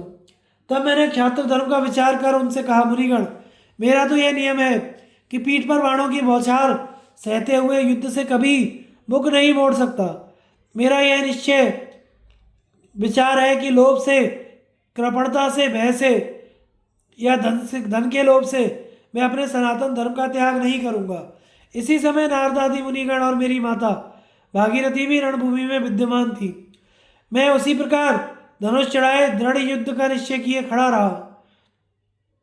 तब उन सबने परशुराम जी से कहा, रघुनंदन ब्राह्मणों का हृदय ऐसा विनय शून्य नहीं होना चाहिए। इसलिए अब तुम शांत हो जाओ और युद्ध करना बंद करो। ना तो भीष्म का तुम्हारे हाथ से मारा जाना उचित है, ना ही भीष्म को ही तुम्हारा वध करना चाहिए। ऐसा कहकर उन्होंने परशुराम जी के शस्त्र रखवा दिए। इतने में ही मुझे वे 8 ब्रह्मवादी फरद दिखाई दिए। उन्होंने मुझसे प्रेम पूर्वक कहा, महाबाहु तुम परशुराम जी के पास जाओ और लोक का मंगल करो। मैंने देखा कि परशुराम जी युद्ध से हट गए हैं, तो मैंने लोकों का कल्याण के लिए पितृगण की बात मान ली। परशुराम जी बहुत घायल हो गए थे। मैंने उनके पास जाकर उन्हें प्रणाम किया और उन्होंने मुस्कुराकर प्रेम पूर्वक मुझसे कहा, भीष्म इस लोक में तुम्हारे समान दूसरा क्षत्रिय नहीं है। इस युद्ध में तुमने मुझे बहुत प्रसन्न किया है। अब तुम जाओ। भीष्म जी का वध करने के लिए अम्बा की तपस्या। भीष्म जी कहते हैं, दुर्योधन इसके बाद मेरे सामने ही परशुराम जी ने उस कन्या को बुलाकर उन सब महात्माओं को के बीच में बड़ी दीन बाणी में कहा, भद्रे इन सब लोगों के सामने मैं अपनी पूरी शक्ति लगाकर युद्ध किया। मेरी अधिक से अधिक शक्ति इतनी ही है, सो तूने देख ही ली। अब तेरी जहाँ इच्छा हो वहाँ चली जा। इसके सिवा बता मैं तेरा क्या कार्य करूँ। मेरे विचार से तो अब तू भीष्म की ही शरण ले। इसके सिवा तेरे लिए कोई और उपाय तो दिखाई नहीं देता। मुझे तो भीष्म ने बड़े बड़े अस्त्रों का प्रयोग करके युद्ध में परास्त कर दिया है। तब उस कन्या ने कहा, भगवान आपने जैसा कहा है ठीक है। आपने अपने बल और उत्साह के अनुसार मेरा काम करने में कोई कसर नहीं रखी, परंतु अंत में आप युद्ध में भीष्म से बढ़ नहीं सके। तथापि अब मैं किसी प्रकार भीष्म के पास नहीं जाऊंगी। अब मैं ऐसी जगह जाऊंगी जहाँ रहने से स्वयं ही भीष्म का युद्ध में संहार कर सकूं। ऐसा कहकर वह कन्या मेरे नाश के लिए तप करने का विचार करके वहाँ से चली गई। परशुराम जी मुझसे कहकर सब मुनियों के साथ महेंद्र पर्वत पर चले गए और मैं रथ पर सवार होकर हस्तिनापुर चला आया। वहाँ मैंने सारा वृत्तांत माता सत्यवती को सुना दिया। माता ने मेरा अभिनंदन किया। मैंने उस कन्या के समाचार लाने के लिए कई बुद्धिमान पुरुषों को नियुक्त कर दिया। वे मेरे हित के लिए बड़ी सावधानी से नित्य प्रति उसके आचरण, भाषण और व्यवहार आदि का समाचार सुनाते रहे। कुरुक्षेत्र से चलकर वह कन्या यमुना तट पर एक आश्रम में गई और वहाँ बड़ा अलौकिक तप करने लगी। वह 6 महीने तक केवल वायु भक्षण करती हुई काठ के समान खड़ी रही। इसके बाद वह 1 साल तक निराहार रहकर यमुना जल में रही। फिर 1 वर्ष तक अपने आप झड़कर गिरा हुआ पत्ता खाकर पैर के अंगूठे पर खड़ी रही। इस प्रकार 12 वर्ष तपस्या करके उसने आकाश और पृथ्वी को संतप्त कर दिया। इसके पश्चात वह 8वें या 10वें महीने जल पीकर निर्वाह करने लगी। फिर तीर्थ सेवन के लोभ से इधर उधर घूमती वह वत्स देश में पहुंची। वहां अपने तप के प्रभाव से वह आधे शरीर से तो अम्बा नामक नदी हो गई और आधे अंग से वत्स देश की राजा की कन्या होकर उत्पन्न हुई। इस जन्म में भी उसे तप का आग्रह करते देख समस्त तपस्वियों ने उसे रोका और कहा कि तुझे क्या करना है। तब उस कन्या ने उन तपोवृद्ध ऋषियों से कहा, भीष्म ने मेरा निरादर किया और मुझे पति धर्म से भ्रष्ट कर दिया है, अतः मैंने कोई दिव्यलोक पाने के लिए नहीं, प्रत्युत भीष्म का वध करने के लिए तप का संकल्प किया है। मेरा यह निश्चय है कि भीष्म के मारे जाने पर मुझे शांति मिल जाएगी। मैं तो भीष्म से बदला लेने के लिए ही तप कर रही हूँ, अतः आप लोग मुझे इससे रोके नहीं। तब उन सब महर्षियों के बीच में उमापति भगवान शंकर ने उस तपस्विनी को दर्शन दिए और वर मांगने को कहा। उस कन्या ने मेरी पराजय करने का वर मांगा। इस पर श्री महादेव जी ने कहा, तू भीष्म का नाश कर सकेगी। तब उसने कहा, भगवान मैं तो स्त्री हूँ, इसलिए मेरा हृदय भी अत्यंत शौर्यहीन है। फिर मैं युद्ध में भीष्म को कैसे जीत सकूंगी? आप ऐसी कृपा कीजिए जिससे मैं संग्राम में शांतनु नंदन भीष्म को मार सकूं। भगवान शंकर बोले, मेरी बात असत्य नहीं हो सकती, इसलिए तू अवश्य ही भीष्म का वध करेगी, पुरुषत्व प्राप्त करेगी और दूसरी देह धारण करने पर भी इन सब बातों को याद रखेगी। तू द्रुपद के यहाँ जन्म लेकर एक चित्र योधी वीर सम्मत महारथी बनेगी। मैंने जो कुछ कहा है सब वैसा ही होगा। तू कन्या के रूप से जन्म लेकर भी कुछ समय बीत जाने पर पुरुष हो जाएगी। ऐसा कहकर भगवान शंकर अंतर ध्यान हो गए और उस कन्या ने एक बड़ी चिता बनाकर अग्नि प्रज्वलित की और मैं भीष्म के वध करने के लिए अग्नि में प्रवेश करती हूँ, ऐसा कहकर अग्नि में प्रवेश कर गई। शिखंडी के पुरुषत्व प्राप्ति का वृत्तांत। दुर्योधन ने पूछा, पितामह कृपया करके यह बताइए कि शिखंडी कन्या होने पर भी फिर पुरुष कैसे हो गई? भीष्म जी बोले, राजन महाराज द्रुपद की रानी के पहले कोई पुत्र नहीं था। तब द्रुपद ने संतान प्राप्ति के लिए तपस्या करके भगवान शिव को प्रसन्न किया। तब महादेव जी ने कहा, तुम्हारे एक ऐसा पुत्र होगा जो पहले स्त्री होने पर भी पीछे पुरुष हो जाएगा। अब तो तप करना बंद करो, मैंने जो कुछ कहा है वह कभी अन्यथा नहीं होगा। तब राजा ने नगर में जाकर रानी को अपनी तपस्या और श्री महादेव जी के वर की बात सुना दी। ऋतुकाल आने पर रानी ने गर्भ धारण किया और यथा समय एक रूपवती कन्या को जन्म दिया। किंतु लोगों में यह प्रसिद्ध किया गया कि रानी के पुत्र उत्पन्न हुआ है। राजा ने उसे छिपाए रखकर पुत्र के समान ही सब संस्कार किए। उस नगर में द्रुपद के सिवा इस रहस्य को और कोई नहीं जानता था। उन्हें महादेव जी की बात में पूर्ण विश्वास था, इसलिए उस कन्या को छिपाए रखकर वे उसे पुत्र ही बताते थे। लोगों में वह शिखंडी के नाम से विख्यात हुई। अकेले मुझे ही नारद जी के कथन और देवताओं के वाक्य और अम्बा की तपस्या के कारण यह रहस्य मालूम हो गया था। राजन, फिर राजा द्रुपद ने अपनी कन्या को लिखना पढ़ना तथा शिल्पकलाएं आदि विद्या सिखाने का प्रयत्न करने लगे। बाण विद्या के लिए वह द्रोणाचार्य के शिष्यत्व में रही।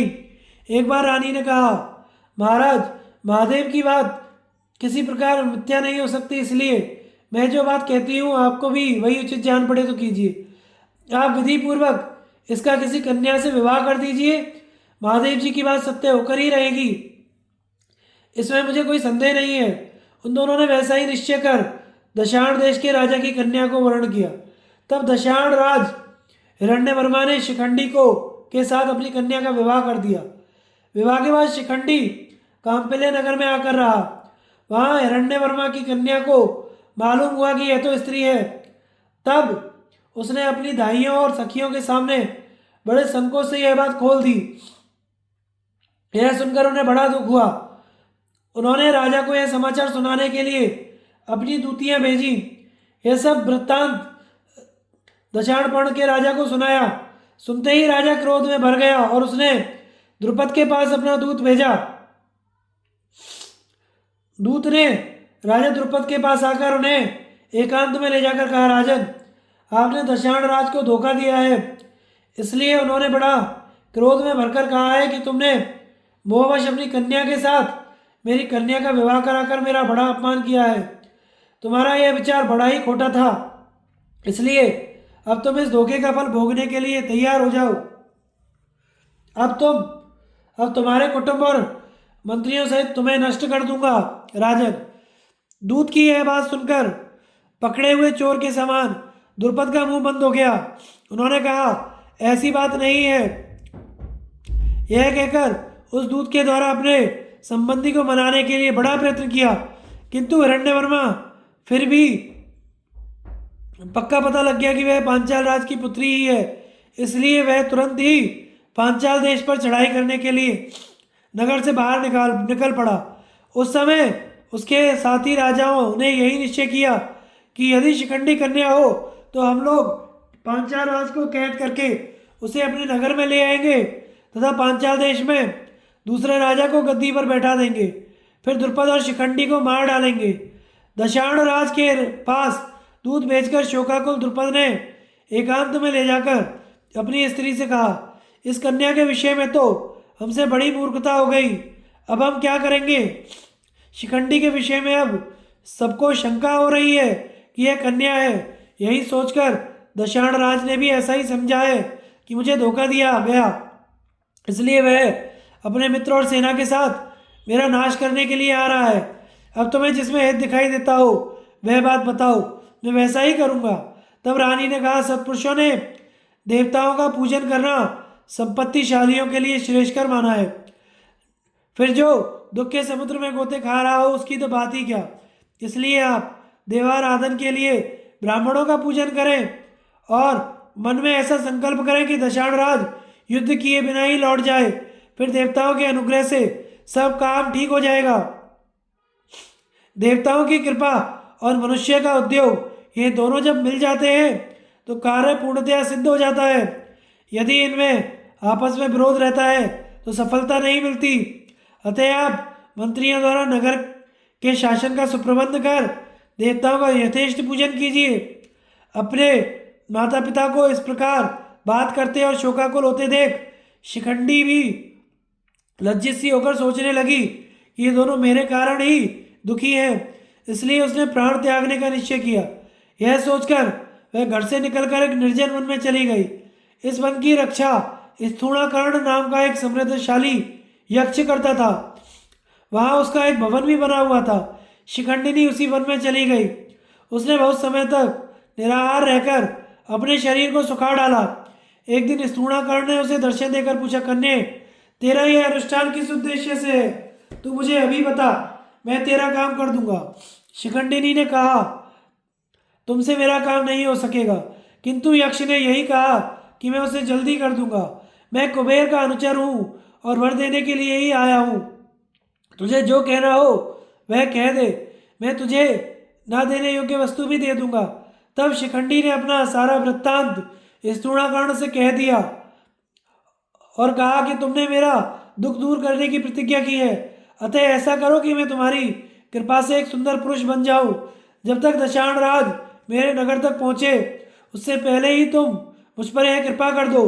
यक्ष ने कहा, तुम्हारा यह काम तो हो जाएगा, किंतु इसमें एक शर्त है। मैं कुछ समय के लिए तुम्हें अपना पुरुषत्व दे दूंगा, किंतु यह सत्य प्रतिज्ञा कर जाओ कि फिर उसे लौटाने के लिए तुम यहाँ आओगी। इतने दिन तक मैं तुम्हारे अस्तित्व को धारण करूंगा। शिखंडी ने कहा, ठीक है, मैं तुम्हारा पुरुषत्व लौटा दूंगी। थोड़े दिनों के लिए तुम मेरा अस्तित्व ग्रहण करो। जिस समय राजा हिरण्यवर्मा दशाण देश को लौट जाएगा उसी समय मैं कन्या हो जाऊंगी और तुम पुरुष हो जाना। इस प्रकार जब दोनों ने प्रतिज्ञा कर ली तो उन्होंने आपस में शरीर बदल लिया। स्थूणाकर्ण यक्ष ने स्त्रीत्व धारण किया और शिखंडी को यक्ष का दैदीप्यमान रूप प्राप्त हो गया। इस प्रकार पुरुष पाकर शिखंडी बड़ा प्रसन्न हुआ और पांचाल नगर में अपने पिता के पास चला आया। यह घटना जैसे जैसे हुई थी वह सब वृत्तांत उसने द्रुपद को सुना दिया। इससे द्रुपद को बड़ी प्रसन्नता हुई। उन्हें और उनकी स्त्री को भगवान शंकर की बात याद हो आई। तब उन्होंने दशाण राज के पास दूत भेजकर कहलाया, आप स्वयं मेरे यहाँ आइए और देख लीजिए कि मेरा पुत्र पुरुष ही है। किसी व्यक्ति ने आपसे जो झूठी बात कही है वह मानने योग्य नहीं है। राजा द्रुपद का संदेश पाकर दशाण राज ने शिखंडी की परीक्षा के लिए कुछ युवतियों को भेजा। उन्होंने उसके वास्तविक स्वरूप को जानकर बड़ी प्रसन्नता से सब बातें हिरण्यवर्मा को सुना दी और कह दिया कि राजकुमार शिखंडी पुरुष ही है। तब राजा हिरण्यवर्मा बड़ी प्रसन्नता से द्रुपद के नगर में आया और समधी से मिलकर बड़े हर्ष के साथ कुछ दिन वहाँ रहा। उसने शिखंडी को हाथी, घोड़े, गौ और बहुत सी दासियां भेंट की। द्रुपद ने भी उसका अच्छा सत्कार किया। इस प्रकार संदेह दूर हो जाने से वह बहुत प्रसन्न हुआ और अपनी पुत्री को झड़ककर अपनी राजधानी चला गया। इसी बीच किसी दिन यक्षराज कुबेर घूमते घूमते स्तूणाकर्ण के स्थान पर पहुंच गए। स्तूणाकर्ण को का घर रंग बिरंगे सुगंधित पुष्पों से सजा हुआ था। उसे देखकर यक्षराज ने अपने अनुचरों से कहा, यह सजा हुआ भवन स्तूणाकर्ण का ही है, किंतु यह मंदमती मेरे पास उपस्थित होने के लिए क्यों नहीं निकला। यक्षों ने कहा, महाराज, राजा द्रुपद की शिखंडिनी नाम की एक कन्या है। उसे किसी कारण स्तूणाकर्ण ने अपना पुरुषत्व दे दिया है और उसका स्त्रीत्व ग्रहण कर लिया है। अब वह स्त्री रूप में घर में ही रहता है, अतः संकोच के कारण ही वह आपकी सेवा में उपस्थित नहीं हुआ। यह सुनकर आप जैसा उचित समझे वैसा करें। तब कुबेर ने कहा, अच्छा, तुम स्थूण को मेरे सामने हाजिर करो, मैं उसे दंड दूंगा। इस प्रकार बुलाए जाने पर स्तूणाकर्ण स्त्री रूप में ही बड़े संकोच के साथ कुबेर के पास आकर खड़ा हो गया। उस पर क्रुद्ध होकर कुबेर ने शाप दिया, अब यह पापी यक्ष इसी प्रकार स्त्री रूप में रहेगा। तब दूसरे यक्षों ने स्तूणाकर्ण की ओर से प्रार्थना की, महाराज, आप इस शाप की कोई अवधि निश्चित कर दें। इस पर कुबेर ने कहा, अच्छा, जब शिखंडी युद्ध में मारा जाएगा तो इसे अपना स्वरूप प्राप्त हो जाएगा। ऐसा कहकर भगवान कुबेर सब यक्षों के साथ अलकापुरी चले गए। इधर प्रतिज्ञा का समय पूरा होने पर शिखंडी स्तूणाकर्ण के पास पहुंचा और कहा, भगवान, मैं आ गया हूँ। स्तूणाकर्ण ने शिखंडी को अपनी प्रतिज्ञा के अनुसार समय पर उपस्थित हुआ देख बार बार अपनी प्रसन्नता प्रकट की और उसे सारा वृत्तांत सुना दिया। उसकी बात सुनकर शिखंडी को बड़ी प्रसन्नता हुई और वह अपने नगर को लौट आया। शिखंडी का इस प्रकार काम बना देख राजा द्रुपद और सब बंधु बांधवों को बड़ी प्रसन्नता हुई।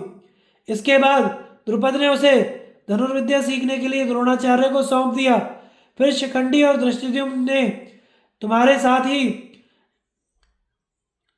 ग्रहण, धारण, प्रयोग और प्रतिकार इन चारों अंगों के सहित धनुर्वेद की शिक्षा प्राप्त की। मैंने मूर्ख, बहरे, अंधे से दीन पढ़ने वाले जो गुप्तचर द्रुपद के पास नियुक्त कर रखे थे, उन्होंने ही मुझे ये सब बातें बताई हैं। राजन, इस प्रकार द्रुपद का यह पुत्र महारथी शिखंडी पहले स्त्री था और पीछे पुरुष हो गया है। यह यदि हाथ में धनुष लेकर मेरे सामने युद्ध करने के लिए आवेगा तो ना तो एक क्षण भी इसकी ओर देखूंगा और ना ही इस पर शस्त्र छोड़ूंगा। यदि भीष्म स्त्री की हत्या करेगा तो साधुजन उसकी निंदा करेंगे, इसलिए इसे रण में उपस्थित देखकर भी मैं इस पर हाथ नहीं छोड़ूंगा। वैशंपायन जी कहते हैं, भीष्म की यह बात सुनकर कुरुराज दुर्योधन कुछ देर तक विचार करता रहा। फिर उसे भीष्म की बात उचित ही जान पड़ी। दुर्योधन के प्रति भीष्म आदि का और युधिष्ठिर के प्रति अर्जुन का बल वर्णन। संजय ने कहा, महाराज, वह रात बीतने पर जब प्रातःकाल हुआ तो आपके पुत्र दुर्योधन ने पितामह भीष्म से पूछा, दादाजी, पांडुनंदन युधिष्ठिर की जो यह असंख्य पैदल, हाथी, घोड़े और महारथियों से पूर्ण प्रबल वाहिनी हम लोगों से युद्ध करने के लिए तैयार हो रही है, इसे आप कितने दिनों में नष्ट कर सकते हैं? तब आचार्य द्रोण, कृप, कर्ण और अश्वत्थामा को इसका नाश करने में कितना समय लगेगा?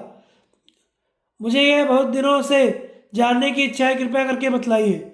भीष्म ने कहा, राजन, तुम जो शत्रुओं के बलाबल के विषय में पूछ रहे हो सोचित है। युद्ध में मेरा जो अधिक से अधिक पराक्रम, शस्त्र बल और भुजाओं का सामर्थ्य है वह सुनो। धर्म युद्ध के लिए ऐसा निश्चय किया गया है कि सरल योद्धा के साथ सरलतापूर्वक और माया युद्ध करने वाले के साथ मायापूर्वक युद्ध करना चाहिए। इस प्रकार युद्ध करके मैं प्रतिदिन पांडव सेना के 10,000 योद्धा और 1,000 रथियों का संहार कर सकता हूँ। यदि मैं अपने महान अस्त्रों का प्रयोग करूँ तो 1 महीने में समस्त पांडव सेना का संहार कर सकता हूँ। द्रोणाचार्य ने कहा, राजन, अब मैं बूढ़ा हो गया हूँ तो भी भीष्म जी के समान मैं भी 1 महीने में ही अपनी शस्त्राग्नि से पांडव सेना को भस्म कर सकता हूँ। मेरी बड़ी से बड़ी शक्ति इतनी ही है। कृपाचार्य ने 2 महीने, अश्वत्थामा ने 10 दिन में संपूर्ण पांडव दल का संहार करने की अपनी शक्ति बताई, किंतु कर्ण ने कहा, मैं 5 दिनों में ही सारी सेना का सफाया कर दूंगा। कर्ण की यह बात सुनकर भीष्म जी खिलखिलाकर हंस पड़े और कहा, राधा पुत्र, जब तक रणभूमि में तेरे सामने श्री कृष्ण के सहित अर्जुन रथ में बैठकर नहीं आता तभी तक तू इस प्रकार अभिमान में भरा हुआ है। उसका सामना होने पर क्या तू इस प्रकार मनमाना बकवाद कर सकेगा? जब कुंती नंदन महाराज युधिष्ठिर को ने यह समाचार सुना तो उन्होंने अपने भाइयों को बुलाकर कहा, भाइयों, आज कौरवों की सेना में जो मेरे गुप्तचर हैं उन्होंने वहाँ का सवेरे का यह समाचार भेजा है। दुर्योधन ने भीष्म जी से पूछा था कि आप पांडवों की सेना का कितने दिनों में संहार कर सकते हैं। इस पर उन्होंने कहा, 1 महीने में। द्रोणाचार्य ने भी उतने ही समय में नाश करने की अपनी शक्ति बताई। कृपाचार्य ने अपने लिए इसे दूना समय बताया। अश्वत्थामा ने कहा, मैं 10 दिनों में यह काम कर सकता हूँ। तथा जब कर्ण से पूछा गया तो उसने 5 दिन में सारी सेना का संहार कर सकने की बात कही। अतः अर्जुन, अब मैं भी इस विषय में तुम्हारी बात सुनना चाहता हूँ। तुम कितने समय में शत्रुओं का संहार कर सकते हो? युधिष्ठिर के इस प्रकार पूछने पर अर्जुन ने श्री कृष्ण की ओर देखकर कहा, मेरा तो ऐसा विचार है कि श्री कृष्ण की सहायता से मैं अकेला केवल एक रथ पर चढ़कर क्षण भर में देवताओं सहित तीनों लोकों और भूत भविष्य वर्तमान सभी जीवों का प्रलय कर सकता हूँ। पहले किरात वेशधारी भगवान शंकर के साथ युद्ध होते समय उन्होंने मुझे जो अत्यंत प्रचंड पाशुपतास्त्र दिया था वह मेरे ही पास है। भगवान शंकर प्रलय काल में संपूर्ण जीवों का संहार करने के लिए इसी अस्त्र का प्रयोग करते हैं। इसे मेरे सिवा ना तो भीष्म जानते हैं, ना द्रोण, ना कृप या अश्वत्थामा को ही इसका ज्ञान है। फिर कर्ण की तो बात ही क्या है। तथापि इन दिव्यास्त्रों से संग्राम भूमि में मनुष्यों को मारना उचित नहीं है।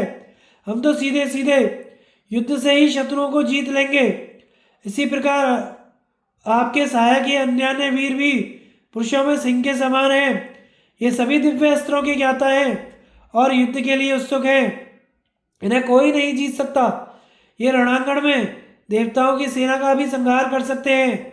शिखंडी, युयुधान, धृष्टद्युम्न, भीमसेन, नकुल, सहदेव, युधामन्यु, उत्तमौजा, विराट, द्रुपद, शंख, घटोत्कच, उसका पुत्र अंचन पर्वा, अभिमन्यु और द्रौपदी के 5 पुत्र तथा स्वयं आप भी तीनों लोगों को नष्ट करने में समर्थ हैं। इसमें संदेह नहीं कि यदि आप क्रोधपूर्वक किसी की ओर देख भी देंगे तो वह तत्काल नष्ट हो जाएगा। कौरव और पांडव सेनाओं का युद्ध भूमि के लिए प्रस्थान। वैशंपायन जी कहते हैं, राजन, थोड़ी देर में ही स्वच्छ प्रभात हुआ तथा दुर्योधन की आज्ञा से उसके पक्ष के राजा लोग पांडवों पर चढ़ाई करने की तैयारी करने लगे। उन्होंने स्नान करके श्वेत वस्त्र और हार धारण किए, हवन किया और फिर अस्त्र शस्त्र धारण कर स्वस्ति वाचन कराते हुए युद्ध करने के लिए चले। आरंभ में अवंती देश के राजा विंद और अनुविंद, के देश के राजा और बालिक, ये सब द्रोणाचार्य के नेतृत्व में चले। इसके बाद अश्वत्थामा, भीष्म, जयद्रथ, गांधारा, शकुनी, दक्षिण पश्चिम और पूर्व उत्तर की ओर के राजा, पर्वतीय नृपतिगण और शक, किरात, यवन, शिवी और वसाती जाति के राजा लोग अपनी अपनी सेना सहित दूसरा दल बनाकर चल दिए। उनके पीछे सेना के सहित कृतवर्मा, त्रिगर्तराज, भाइयों से घिरा हुआ दुर्योधन, शल, भूरिश्रवा, शल्य, कौशलराज, बृहद्रथ, इन सब ने कूच किया। महाबली धृतराष्ट्र पुत्र कवच धारण कर कुरुक्षेत्र के पिछले आधे भाग में ठीक ठीक व्यवस्था पूर्वक खड़े हो गए।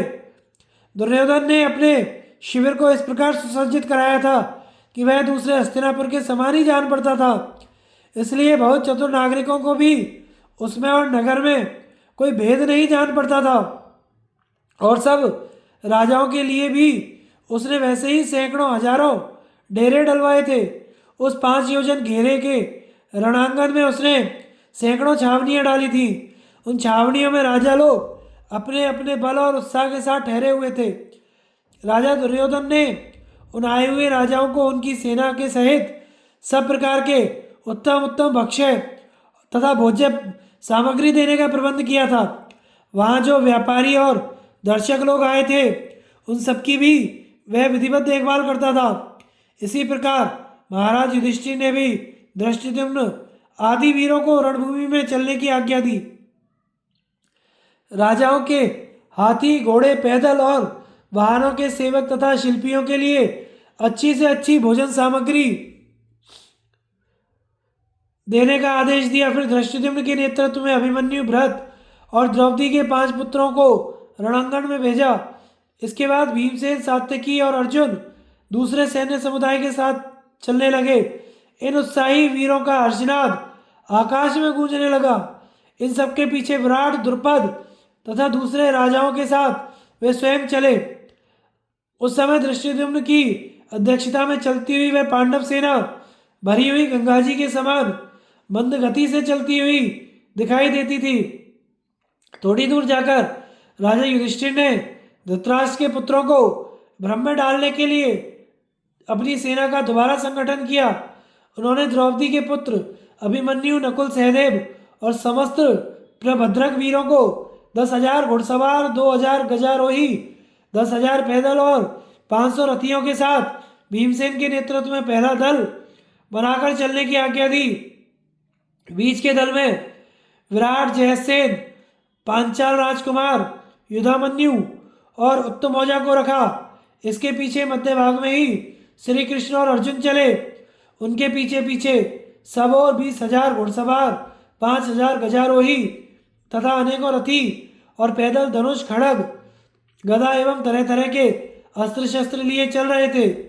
जिस सैन्य समुद्र के बीच में स्वयं राजा युधिष्ठिर थे उसमें अनेकों राजा लोग उन्हें चारों ओर से घेरे हुए थे।